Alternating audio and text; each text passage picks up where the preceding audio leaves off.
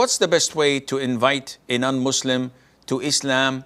And are we questioned on the day of judgment if we do not give da'wah to non-Muslims, if they are close, everyday acquaintances?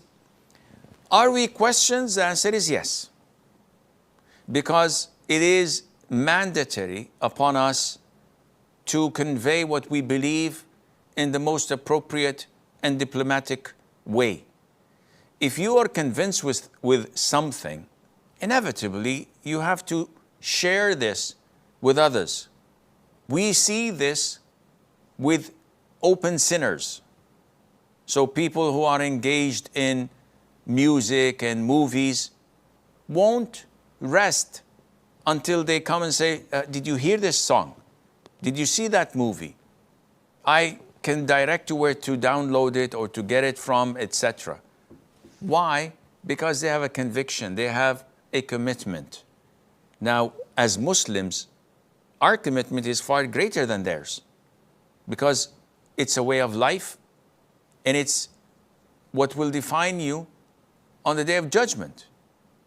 It will direct you whether that you will be in paradise for eternity or in hell for eternity. May Allah forgive our flaws and shortcomings.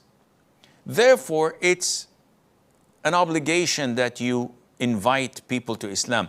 How is what you should be asking about, because there is no one size that fits all. People differ. Sometimes, and this is generally speaking, the best way of inviting people to Islam is through your own conduct. The way you behave, the way you talk, the way you walk, the way you act.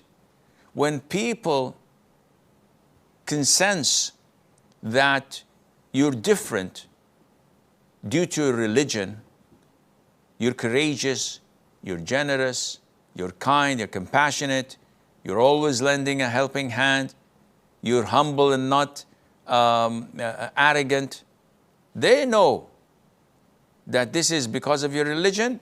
That would be the best form of da'wah. When you're committed to your word, when you give it a time, you're always punctual on time, they know that this is due to your beautiful religion, and this is one of the best ways of da'wah. Some people, they are intrigued when you discuss things with them, and they are amazed by the beauty of Islam when you show them the miracles and show them the benefits and the social aspects of it, the legal aspects of it, the Sharia concept, and they are mesmerized and accept Islam on the spot. Some people accept Islam when you directly talk to them about it. Like in the case of the Jew servant which the Prophet had, ﷺ, he fell sick.